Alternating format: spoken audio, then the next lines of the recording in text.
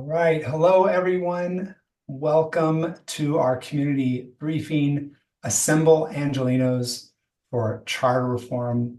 My name is Michael Drashkovich. My pronouns are he, him, and I'm a volunteer co-lead with Public Democracy Los Angeles. We are a new effort here in Los Angeles to make it a more equitable, representative, and responsive democracy by establishing an official civic assembly on a topic of broad public concern for Angelenos by 2026. You can learn more about our work at publicdemocracyla.org.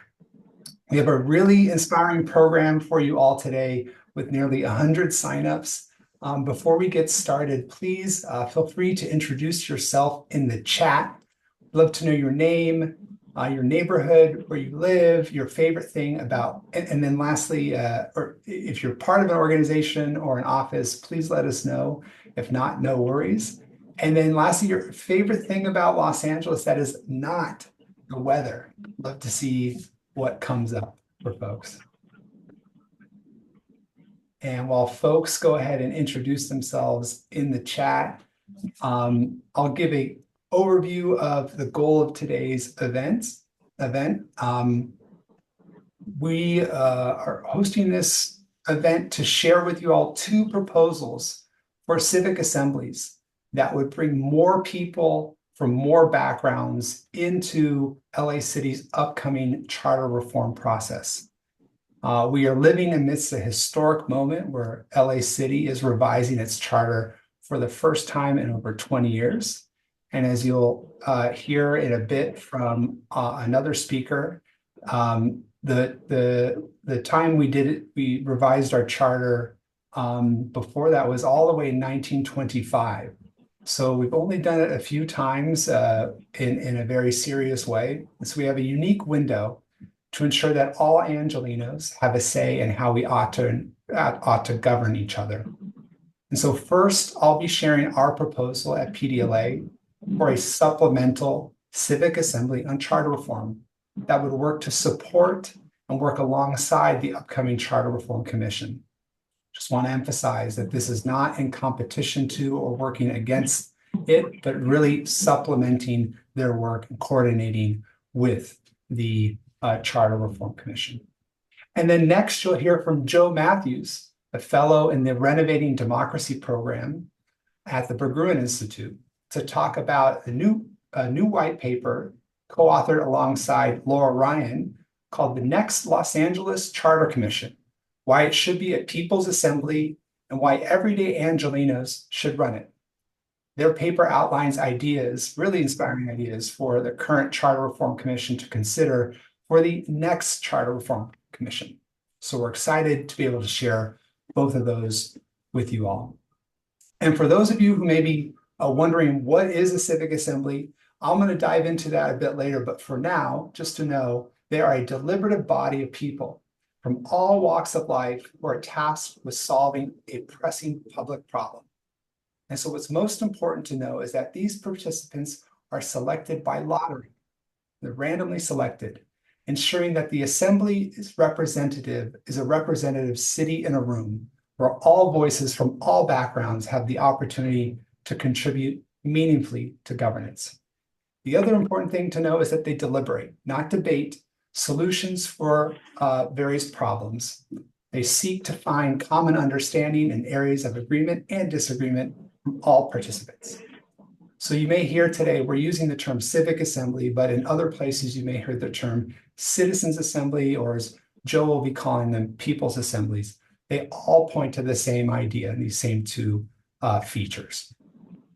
So those who've been to our events before know that we at Public Democracy LA believe in civic assemblies because of their transformative effect, not just on policy, not just producing really comprehensive, wise solutions, but their effects, their transformative effects on the people themselves, the participants who go through the civic assembly process and work alongside people very different than themselves, describe the experience using words like magical, life-changing, second to having my child, marrying my spouse, or serving in the military.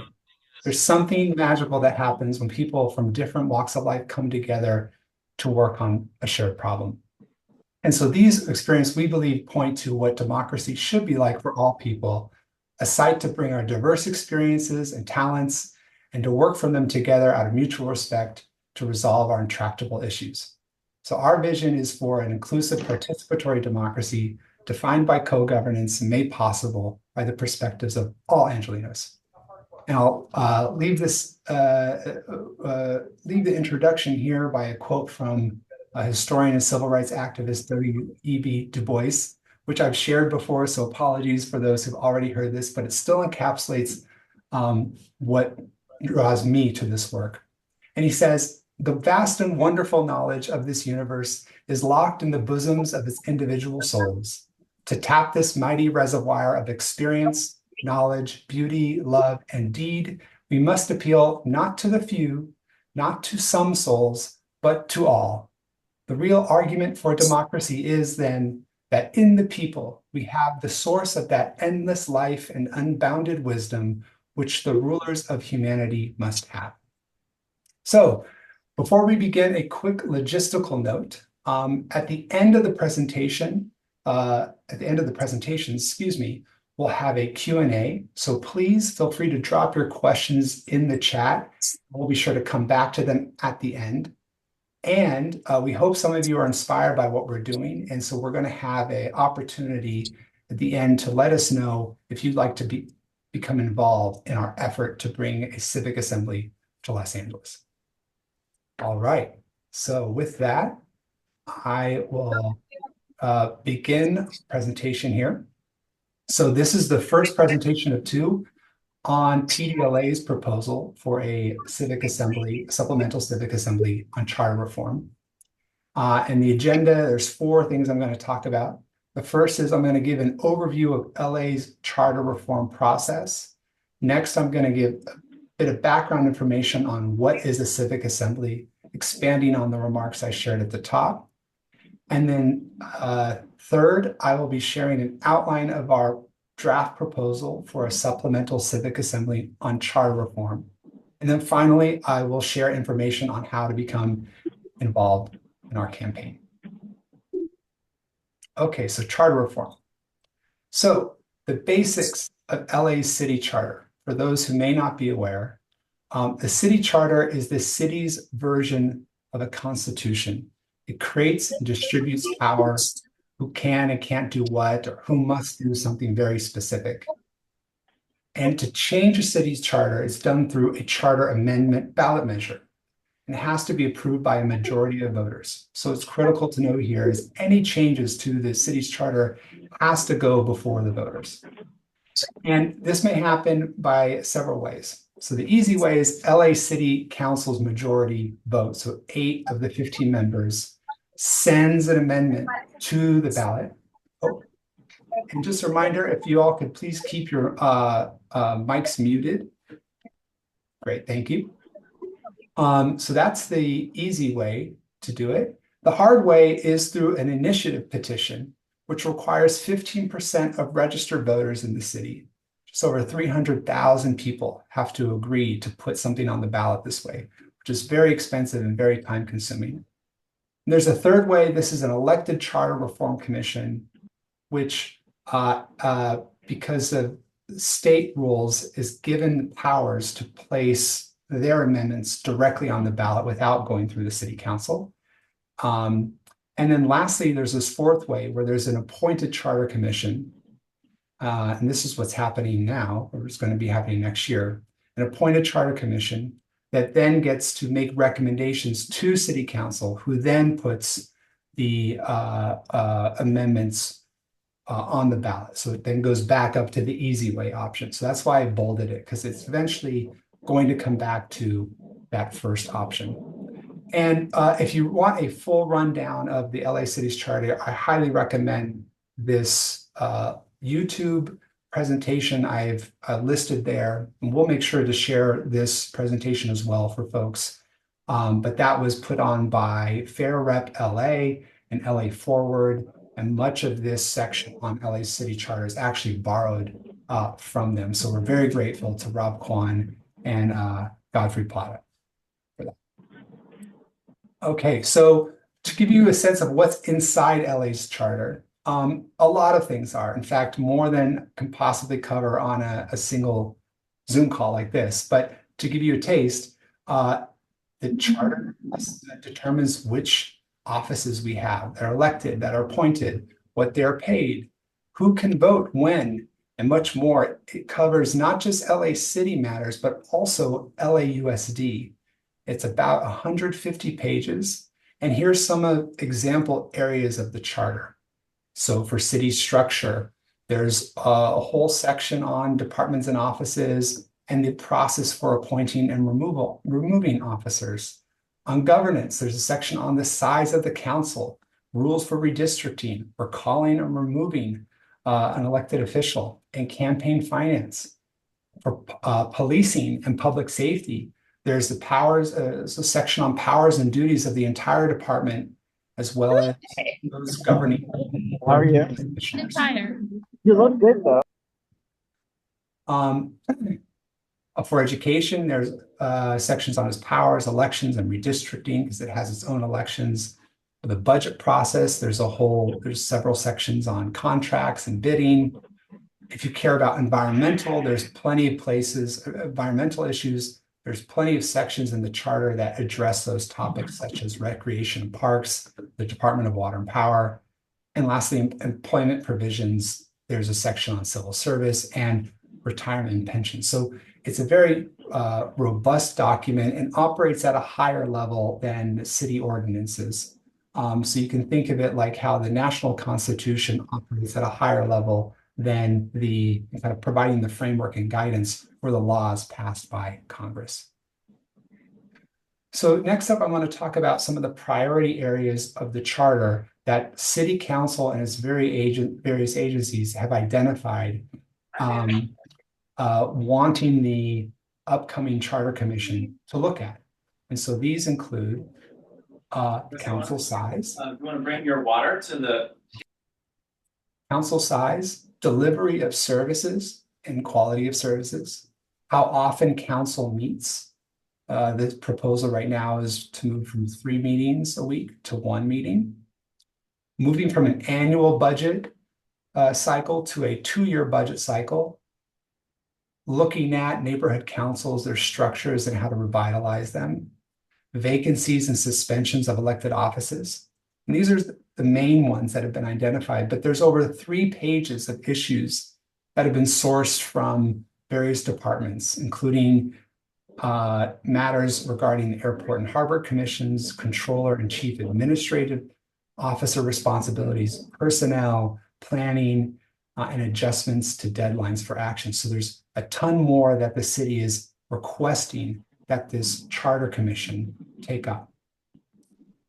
And there's other ideas as well that have not been outlined by offices within city council, but are bubbling up, such as ranked choice voting, lowering the voting age, allowing non-citizens to vote and or serve on other commissions, planning reform, and I should add it in there as well, campaign finance reform. So to give you a little outline of the commission's power and timeline, I should also add into your size. You're going to be 13 members, all appointed by various folks in city government. And its powers will be strictly advisory, does not have power to place measures directly on the ballot. It will be issuing its recommendations to the city council to consider, and then the city council will place on the ballot directly amendments that it would like the voters to vote on. It's worth noting here that some cities like Portland actually allow their commissions to place measures directly on the ballot. I mentioned at the top, elected charter commissions have this power, and that we saw that in the 90s. And then just an overview of the timeline for the upcoming Charter Reform Commission. Between now and December of this year, City Council and the mayor are getting together to determine who the initial 8 appointees to the commission will be. And once finalized, those 8 will then determine themselves who the subsequent 5 will be. So the total 13 will be formed ideally by end of year. And then the official deliberation of the Charter Reform Commission will begin in January of 2025, going all the way through December 2025. And that would include issuing recommendations to council. And then from January 2026 to about June or July 2026, council will have time to deliberate the commission's recommendations and then choose which recommendations they would like to put forth to voters as amendments on the ballot for fall 2026. And then November 2026 is when we would all be voting on those amendments. So that's the kind of charter process, powers, makeup, priority areas in a nutshell. Like I said, if you want a deeper dive, I highly recommend that YouTube link I put there. Fair Rep LA and LA Florida have been doing really great work, and many others as well, on this, helping all of us kind of stay current on what's happening.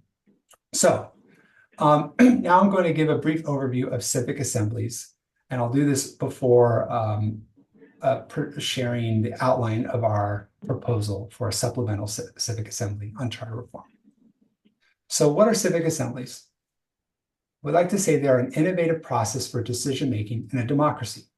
So unlike traditional forms of governmental decision-making, which tend to rely primarily upon the perspectives of elected officials and experts, civic assemblies bring together a demographically balanced, random sample of people to develop novel solutions to public problems in collaboration with experts and public officials.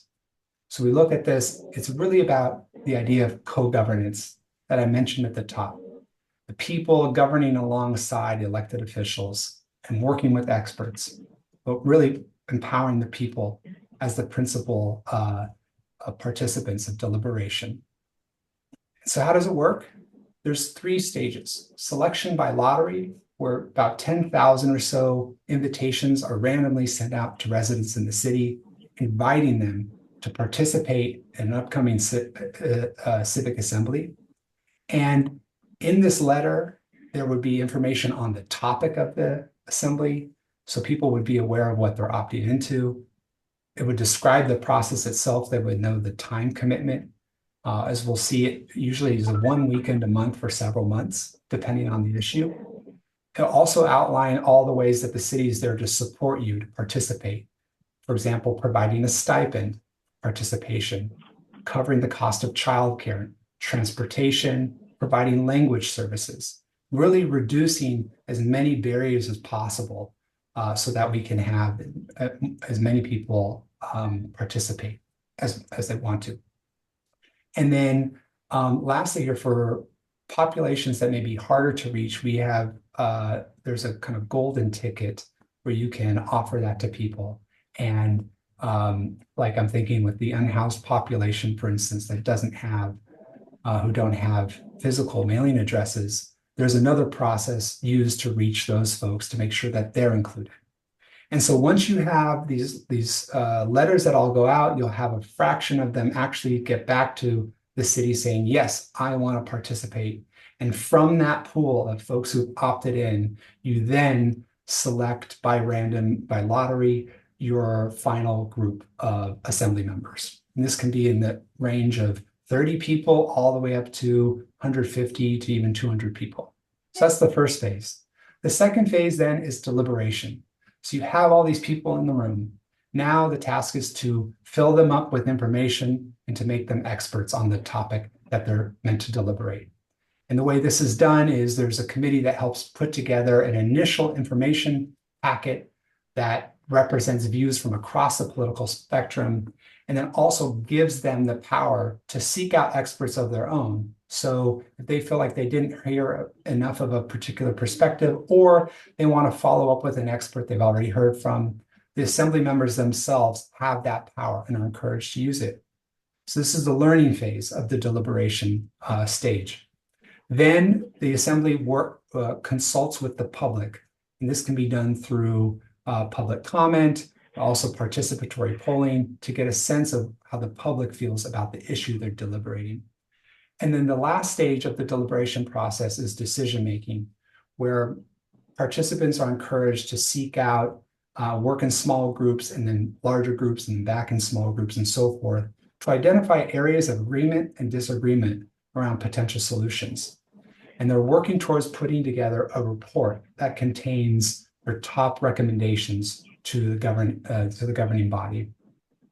And then that report is then presented to the city or the state, and they then can watchdog and help implement those ideas. And so the last stage implementation can happen in several ways. We've seen it a lot of advisory civic assemblies, where the civic assemblies are providing guidance to a governing body. But we've also seen in Paris, actually, they have a permanent standing civic assembly that meets every year. And they just, the assembly members just wrote their first law tackling homelessness in the city that was introduced by the Paris City Council and passed. So now we're starting to see these civic assemblies evolve from purely advisory to now themselves drafting bills themselves. So that's very exciting. And I just want to highlight two key features here to keep in mind. First is the democratic lotteries. This is in that first stage we talked about. So the participants, as I mentioned, are selected by lottery to ensure that it is representative of the population along key demographic criteria, such as age, race, ethnicity, gender, and where they live in the city. And by doing this, assemblies can meaningfully draw upon a diversity of experiences to inform the decision-making process. So you really have this city in a room. And then the second feature that's really important is deliberation.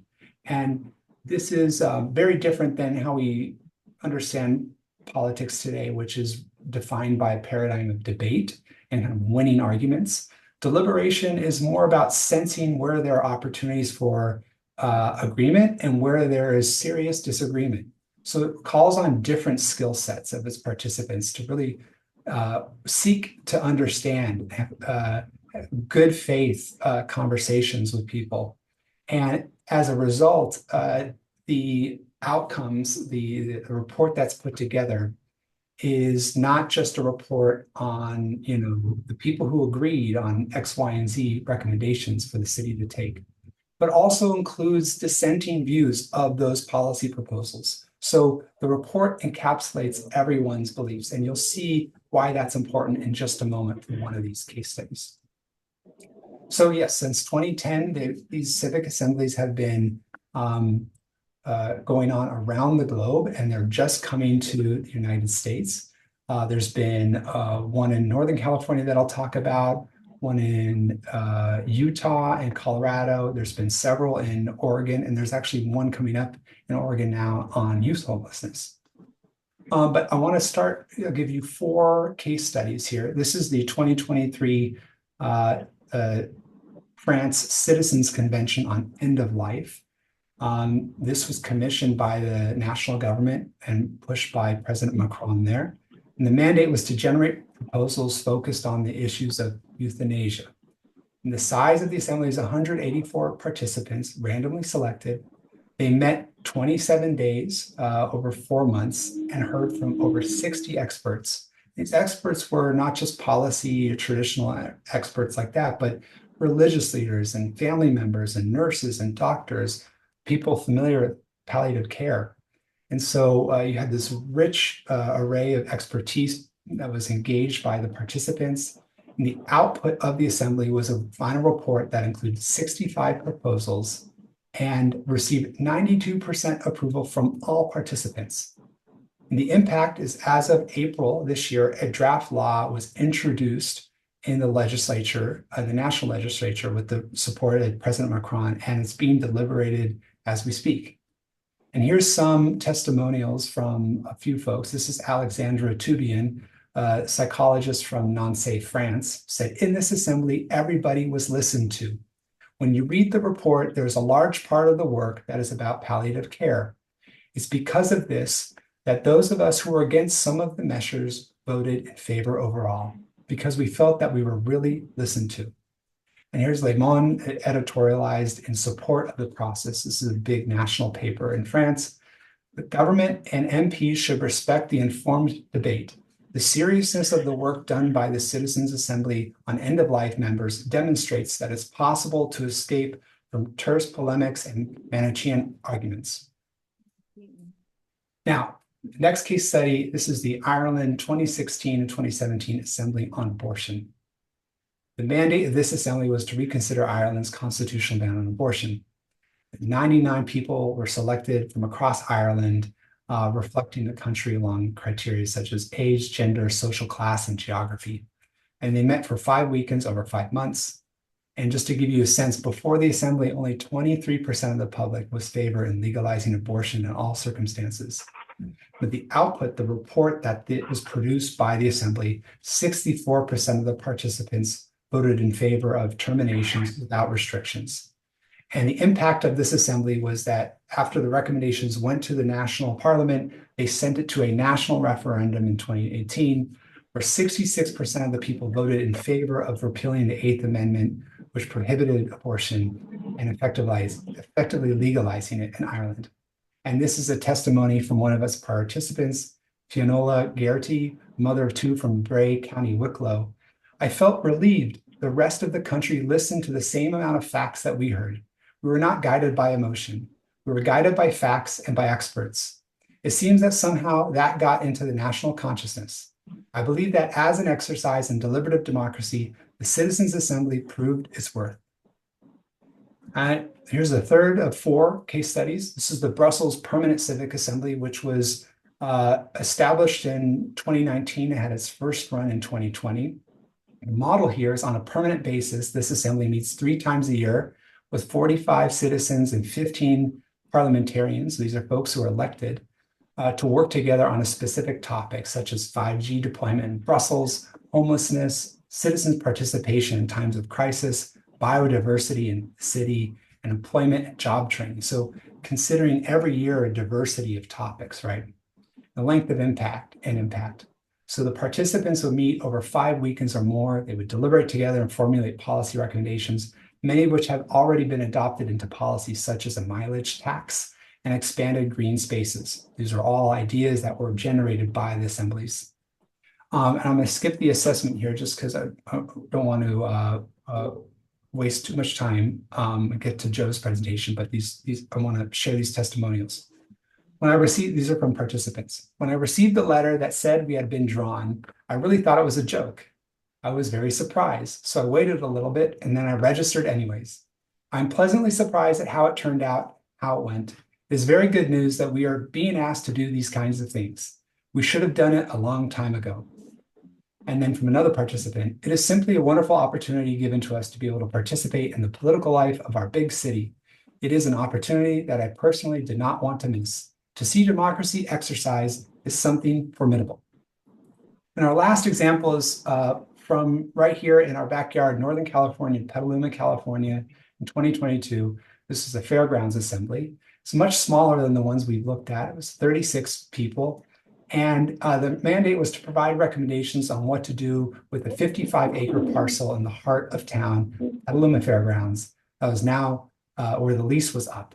And so everyone in the city had a strong opinion about what to use the space for, but no deliberation was happening, no conversation was happening. So it was at a standstill. The output, the report put together recommendations on what to do with the fairgrounds, and that report is actually being used as the city deliberates the future of the fairgrounds as we speak. And the impact of that is the city manager of Petaluma.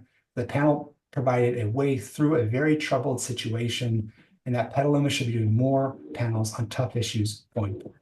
So those are case studies. Now I want to jump to our proposal. So this is just a very quick outline of what we're thinking, what we're proposing to City Council. So we're suggesting the city establish a supplemental civic assembly on charter reform. And this civic assembly would work alongside the charter reform, the official charter reform commission of appointees. And it would do so in an advisory capacity, supplementing its deliberative process with a representative body of Angelenos. And the scope we think it could take on one of those specific priority areas that I mentioned at the top, such as council size, for example, or there were issues about hiring and firing folks. We think that would be a great area for our supplemental civic assembly to take on. And we think the topic could be chosen by council members and commissioners in advance. The ideal areas are those requiring the most input and engagement from the public. And we think commissioners could be confident knowing the Assembly's proposals provide a comprehensive view of the policy preferences of all Angelenos, highlighting areas of substantive agreement and disagreement. And so the impact of this, we think, would be increased public engagement, representative participation, and trust in the charter review process. Instead of just 13 appointees looking after the governing docket of the city, we could have many, many more people from various backgrounds. And we think that could be very helpful for city council members because they would then know that the commissions, or at least a part of the commission's recommendations, were informed by recommendations from the Supplemental Civic Assembly and Charter Reform, which had already been pre-approved by a representative body of residents. So they could kind of see, will these ideas be able to go forward with voters or not? So that's where we are. We submitted a letter to City Council, which we can put in the chat for folks to take a look at. And if you'd like to get involved in our campaign pushing for this, we're going to launch a poll at the end of the meeting. And but if you have any questions in the meantime, please email us at wayne@publicdemocracyla.org. We also have a bi-weekly steering committee meeting Mondays at 4:30 p.m. Pacific time. Our next meeting is on the 26th of August. And we have various working groups you can join: organizing, research, event planning, and fundraising. So we'd love to have you. All right.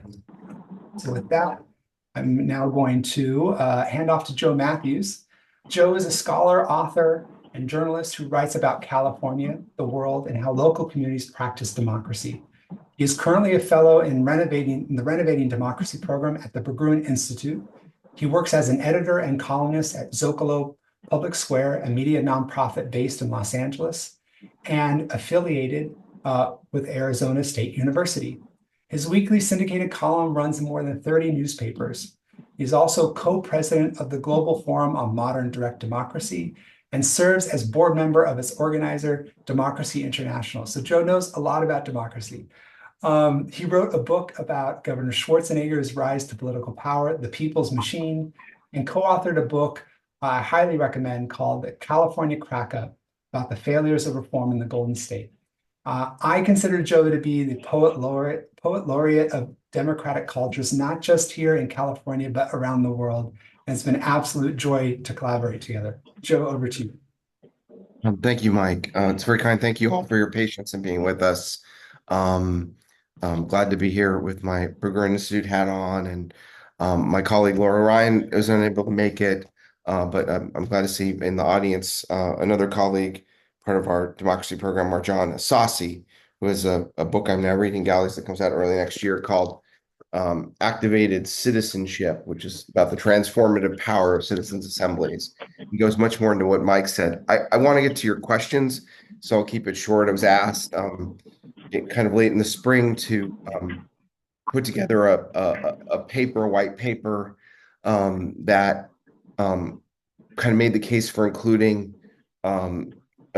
People's Assembly, Civic Assembly, using sortition in the charter form process. It's been at first we were looking at raising the question whether the commission itself could be such an assembly. Now, as Mike described, it's this is sort of supplemental advising the commission, the ballot measure we're proposed to create of 13 members.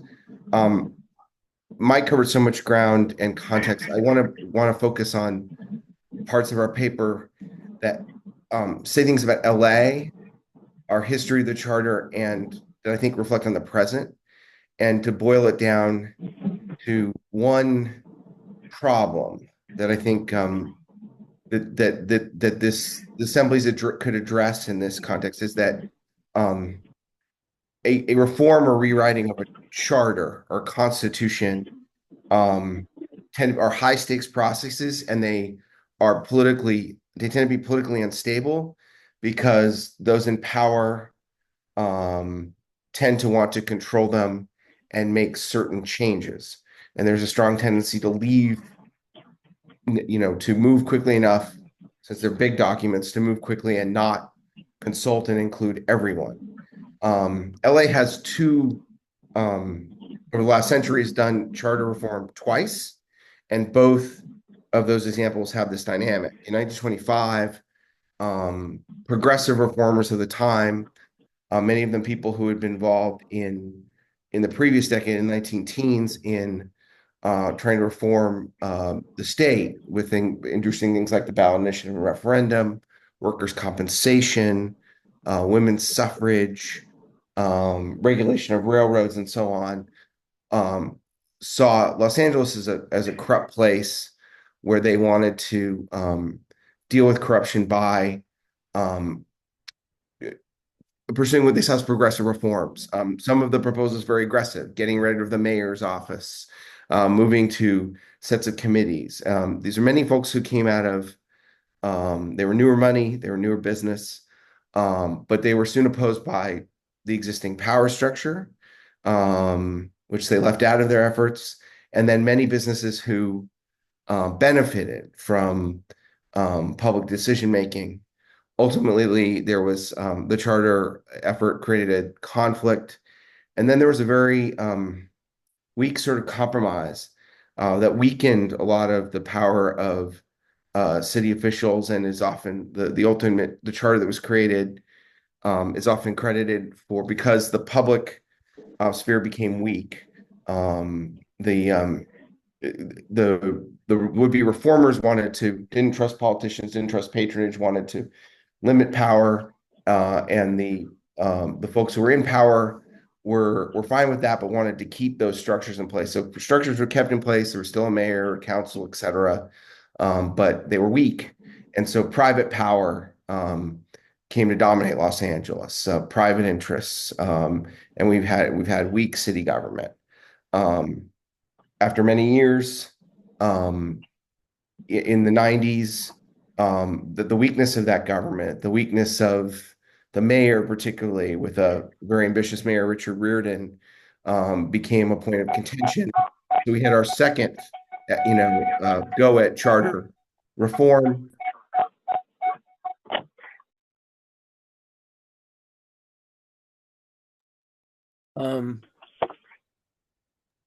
Joe, I think I muted you accidentally, Joe. So sorry. No problem.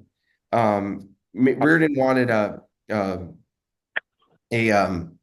structure that was for mayors, that empowered mayors, and instead, he pursued an elected charter commission of his own, but the city council, he did not bring them along, and they formed their own charter commission. So there were dueling charter commissions. That this went on for quite some time, and then in secret, the leaders of the two charter commissions began to work together to create what was called a unified charter. Both the mayor and the city council felt betrayed by their respective commissions, but ultimately, most of the changes to the charter that unified charter created went forward. Once again, pursuing charter reform but not including everyone created political instability. In that case, there was this sort of secret unification called by some a miracle, and that then happened in 1999. One of the things that didn't get done in 1999 that was proposed was an expansion of the city council. That subject is one of the things that is in the context of what we've seen with the corruption in the city council, the racist tape, and et cetera, has come back again, create a bigger city council, create something more representative. That's driving this subject. In this, looking at the structure of this proposed charter commission, you see the possibility of political instability again. The council and mayor have chosen a fairly small body and one that they themselves control. They would, if the voters approve it, they would pick 8 members, and those 8 members would pick the other 5 for a group of 13. Can a commission of 13 be seen as legitimate, be seen as representative of all the different groups and stakeholders in Los Angeles? And if it is not seen as such, is there likely to be folks who would seek to counter it, would have their own proposals in the charter, those who are not concluded? One can see that kind of competition again.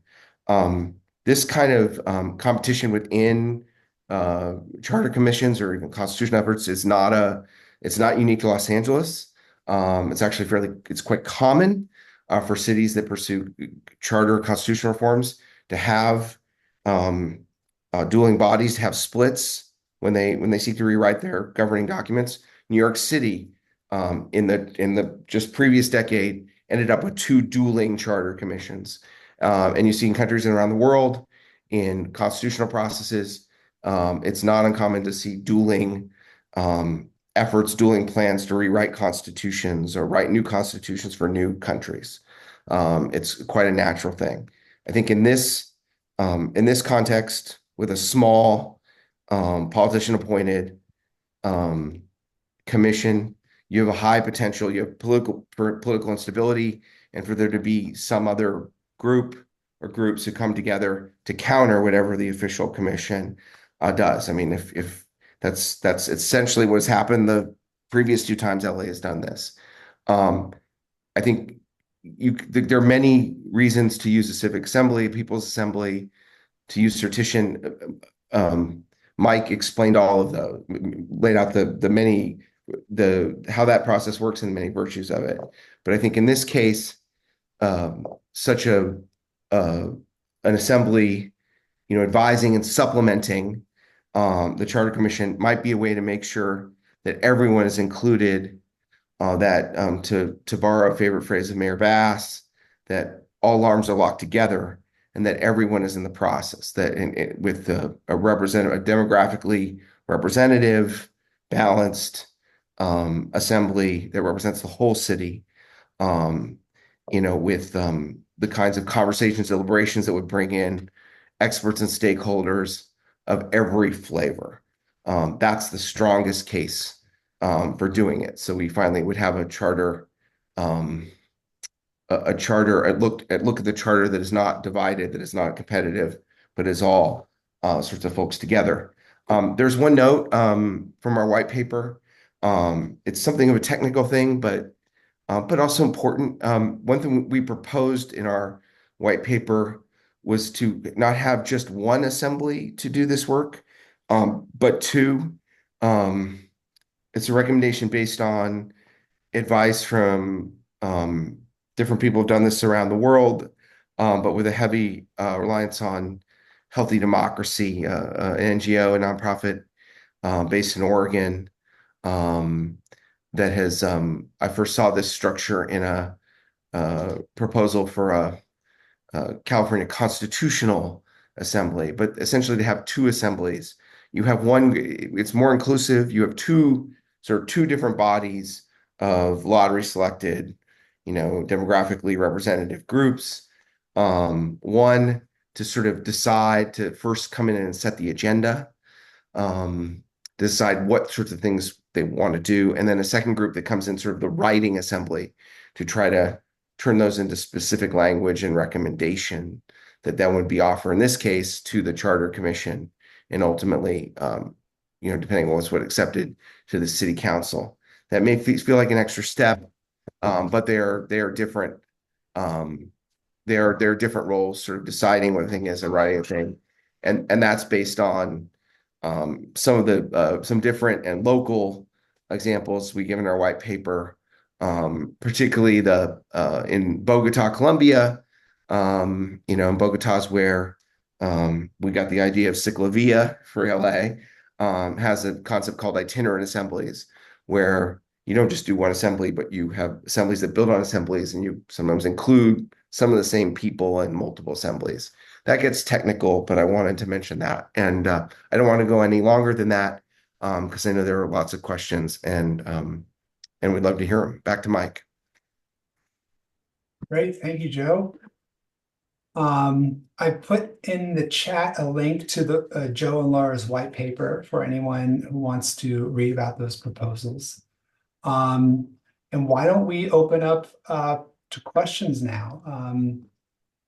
I've already responded to Greg. You had a question about getting the list of reference material and a copy of the PowerPoint presentation. That will come tomorrow. Let's see.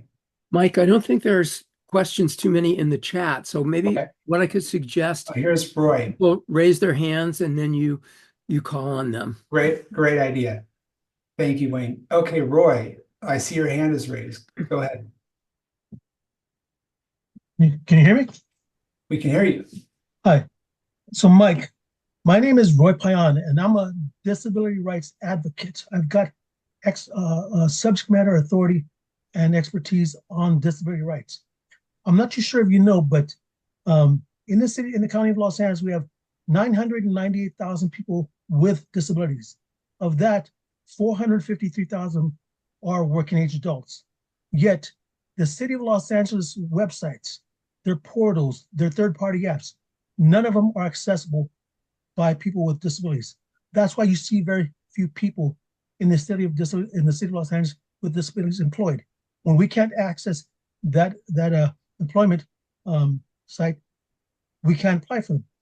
Now, under Title II, Section 503, the FCC rule, the Federal Contract Compliance, I consider Los Angeles a subcontractor. So they're required to hire 7% of their workforce to be people with disabilities.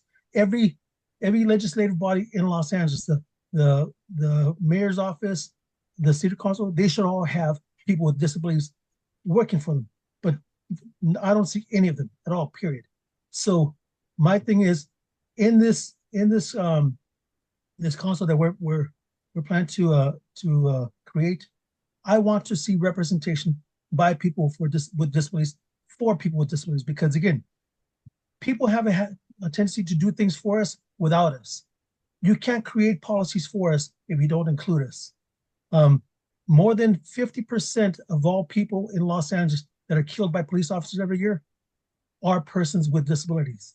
So again, I think it's extremely important. In fact, it's of tantamount importance that you include people with disabilities. Thank you. Thank you, Roy. And yeah, we totally agree. There's several ways, I think, to do that. So in the, assembly design from before the letters and everything go out, there's consultations with people with disabilities and groups that you're working with. And then for the criteria that's set, what percentage of Angelenos are living with disabilities? In Los Angeles, I've got to check with respectability, but I think in Los Angeles we have over 200,000 people. I mean, I'm sorry, about 200,000 people in LA City that have disabilities. Remember, 1 out of every 5 person that you meet is going to have a disability. So let's say it is 20%, right? Then that can become a criteria that is used in the selection process. So you can ensure that the final assembly, 20% are people are living with disabilities. So that's one of the reasons why we're a big fan of this process, is you can ensure you have the city represented along various dimensions represented. Right. And especially because the Biden administration, as of May the 4th, had created 15 million jobs nationwide. If 7% of that had been persons with disabilities, that would have created 1,000 or 1,500,000 jobs. That hasn't been the case. So again, we lack any kind of representation. And as a blind person, I've got as much of an ability to work as any of the other people with disabilities. Thank you, Roy. Okay, so Carolina Goodman has a question in the chat here. Without a civic assembly, wouldn't the city council be able to hire experts to advise?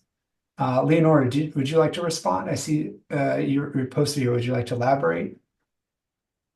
No, I guess that's just my main point is that I don't I think the advantage of civic assemblies is that they allow impartial people to listen to experts and allow the expertise to be centered and take center stage. Whereas when experts, and I've seen this firsthand, when experts participate in a political process, they don't take center stage. The politics take center stage. So that's just like the point I wanted to make. There's a phrase in the civic assembly space, which is we want to have experts on tap, not experts on top. So being able to turn to experts from a diverse body like an assembly, I think is very different than sometimes how it can be run, traditional process. Also want to invite to my other colleagues here, Melina Perez and Wayne Liebman. If you have anything you'd like to share, please feel free to jump in, or anyone from PDLA. Next up, we have another question from Carolina Goodman. Can you give examples of how civic assemblies are funded? Yeah, it's really been, there's kind of two modes. One has been it's funded with public dollars, and then another model we've seen is hybrid funding, where some dollars have been put in from the public coffers, and then the rest has been raised by foundations or individuals. And so we're looking at the hybrid funding model for our proposal, which would be to have a little bit of resources from the city understanding that resources are constrained, and then to raise the additional funds outside.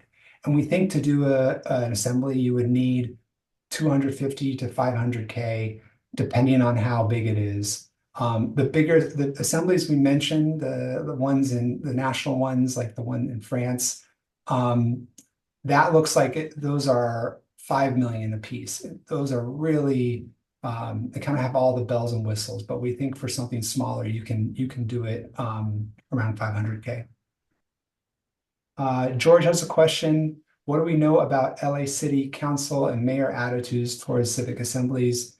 Is this an uphill fight? I don't know anything about the mayor's attitude, but we have spoken with quite a few city council offices, and they've all been interested or supportive in the idea. I think there's a question about who has the bandwidth to lead on it right now and to develop it, and whether or not this is the right time to do it with charter reform, just because things are moving so quickly. So those are totally valid questions, but the concept in general, there is a lot of interest in that. So we're going to continue talking with them and letting them know of these updates happening around the world.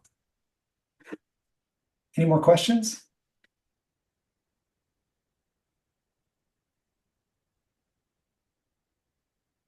Okay, well, while that's coming through, why don't we, Wayne, do you mind sharing our poll? We have a quick, feel free to drop more questions in or raise your hand. And while that's happening, we're just going to launch a poll. This is asking folks if you'd like to get involved with us. There are several ways to do so. You can follow along on our listserv, or if you'd like to come to our meetings, you're welcome to. We'll get you plugged in there.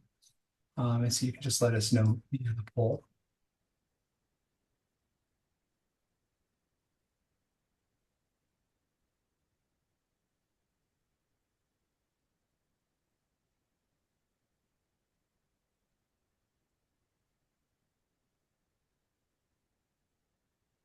I mentioned this in my presentation, but a really big development, and maybe we can put this in the chat too so folks can read this. The Parisian Permanent Assembly in Paris, which just passed, just introduced a piece of legislation on tackling homelessness that was passed by the Paris City Council. It's the first time that's ever happened. And so we really like to make sure folks are aware of that because it's so significant. Let's see if I can find their story here.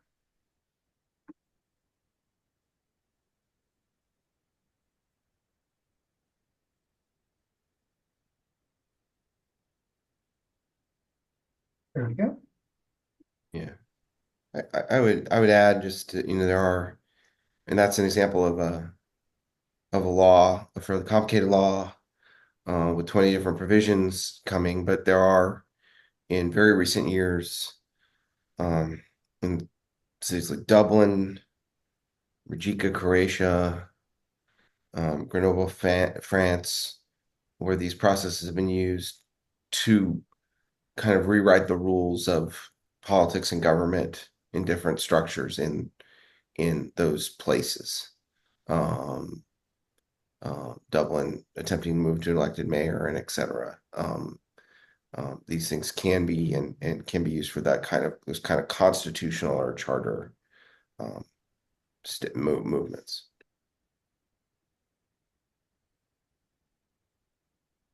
Caroline has asked, in addition to the questions already asked, what is the most common pushback you have received? I think, let's see. Okay, so there's a question I'd say, like, people are, wait, can everyday people handle the complexity of policy, some of the challenges? And that's a totally fair, legitimate question, right? We're so used to seeing our politics run by, professional politicians, career politicians, and public policy experts. And there's nothing inherently wrong with that. It just causes us to think that those who don't have those experiences can't possibly catch up or learn on the fly or become equipped to make informed recommendations. And so what we see in all these cases, I mean, every one of those cases I mentioned, those 100 to 200 people participating in the assemblies, none of them were political experts or experts on the topic that we're talking about. I mean, maybe a few were because they had been following the news, but the vast majority weren't. And yet they became equipped. And you see some of these stories, and I'm going to highlight Marjan's book, Activated Citizenship, that Joe talked about. She captures this a lot too. It's kind of change in knowledge that happens with people as they go through the learning process. A lot of them feel intimidated at first because it's overwhelming, all this new information. But as they sit with it more, as they ask questions, as they share their thoughts with other people, they become more comfortable with it. And then when that comfort leads into a general expertise, and they're not maybe they're not going to be writing white papers on the ideas, but they have a sense of the contours of the idea, its nuances. And that's really what you're looking for in the recommendations, is folks who consider all the available evidence from different perspectives, different political vantage points, and putting forth the recommendations. And it's also in the process, it's many of the ones that I've witnessed, it's not a binary, and it's quite transparent. You see, there'll be many recommendations in advanced, and you'll see the different levels of support. This recommendation has 94% of the participants. This one has 72%. You sort of see the levels of support, and you also see comments, inclusions. There's actually some people end up being, as so many of us do, when we learn more about something, we actually realize how much more complicated it is, and we don't know, and it's okay in this process to say you don't know. It really is an attempt to get people to learn and think, and they may end up more in the middle as a result. I want to chime in here, Mike and Joe. The other thing, in addition to the fact that people kind of train up when they're involved in these assemblies, is that everybody collectively, they are bringing in the richness of their lived experience. And you get this cross section of the city. You get like a city in one room, and people from all walks, and they're all there together, and they've all lived these sort of different lives. And it's really, that's where the magic of the assembly comes in. And you don't get that any other way. And it's just a beautiful thing. And assembly after assembly, people walk away from this saying, boy, I didn't really care so much about democracy before, but I really believe in it now, and this is the way to do it. So just wanted to mention that. Thank you, Wayne. All right, well, unless there are any more questions, we can close. Thank you all for being here. It's a pleasure to see so many of you. We will follow up tomorrow with a link to the recording and references to everything I cited. If you'd like to have us present to your organization, please reach out to Wayne at publicdemocracyla.org. For all those who responded to our poll wanting to be part of our steering group, we're going to add you to our Google listserv, so you'll receive our update, an invitation to the next meeting. We look forward to having you there. And yep, please don't hesitate to get in touch in the meantime. And thank you all for your time. And if it doesn't come tomorrow with the link to the to the talk, it'll come the day after. So There we go. all right. Mike, Great. We will do. Thank you, Roy. Mike, can you hear me? Yes, 1 second, Joe. Could you One second. capture